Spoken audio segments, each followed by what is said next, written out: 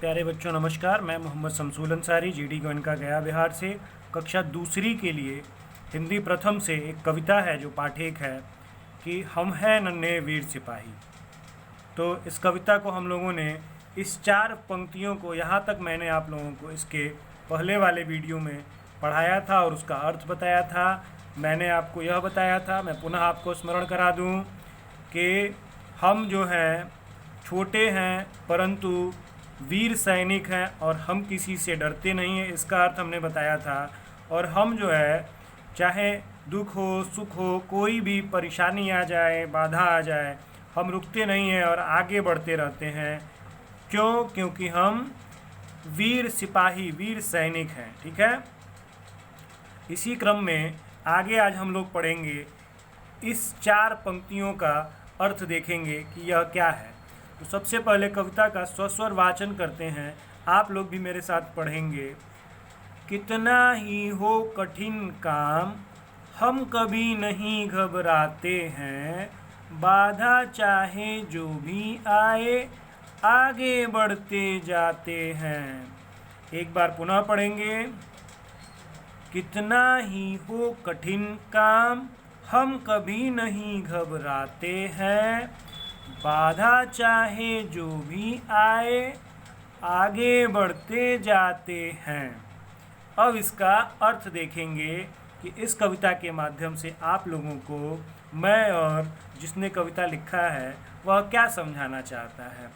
तो सबसे पहले देखेंगे पहली पंक्ति, कितना ही हो कठिन काम। इसका मतलब यह है कि कोई भी कठिन काम क्यों ना हो। जैसे मान लीजिए जो सिपाही खड़े रहते हैं सरहद पर, सीमा पर हमारे देश के, उनको तो दिन भर गोली बंदूक चलता रहता है तो वो घबराते नहीं हैं। उससे कठिन काम क्या है, वो अपने जो है जान की बाजी लगा देते हैं, अपने जान को कुर्बान कर देते हैं अपने देश के लिए। तो वैसे ही हम लोग क्या हैं, हम लोग भी वीर सिपाही हैं, वीर सैनिक हैं देश के। तो क्या हमारा कर्तव्य नहीं बनता है कि हम सभी क्या करें, कितना भी कठिन काम आ जाए, कोई भी जो है प्रॉब्लम आ जाए, कोई भी दिक्कत समस्या आ जाए, हम कभी घबराएंगे नहीं। ठीक है, हम कभी अपने पैर पीछे नहीं मोड़ेंगे। ठीक है, इसके पहले हमने पढ़ा था कि हम जो है किसी से डरते नहीं हैं, आगे बढ़ते हैं। तो इस पंक्ति में यह है कि हम किसी से घबराते नहीं हैं, चाहे कुछ भी हो जाए, कोई भी बाधा आ जाए, कोई भी समस्या आ जाए, हम पीछे नहीं मुड़ के देखते हैं और निरंतर ही आगे बढ़ते जाते हैं, जिससे कि हमारा और हमारे देश का नाम रोशन हो और क्या हो, और हम सभी जो है उन्नति के पथ पर अग्रसर हो पाएँ। एक बार पुनः इस पाठ को देखेंगे, आप सभी हमारे साथ स्वस्वर वाचन करेंगे पाठ का। हम हैं नन्हे वीर सिपाही, नहीं किसी से डरते हैं, आगे बढ़ना काम हमारा, आगे बढ़ते रहते हैं। अब इसका अर्थ देखेंगे।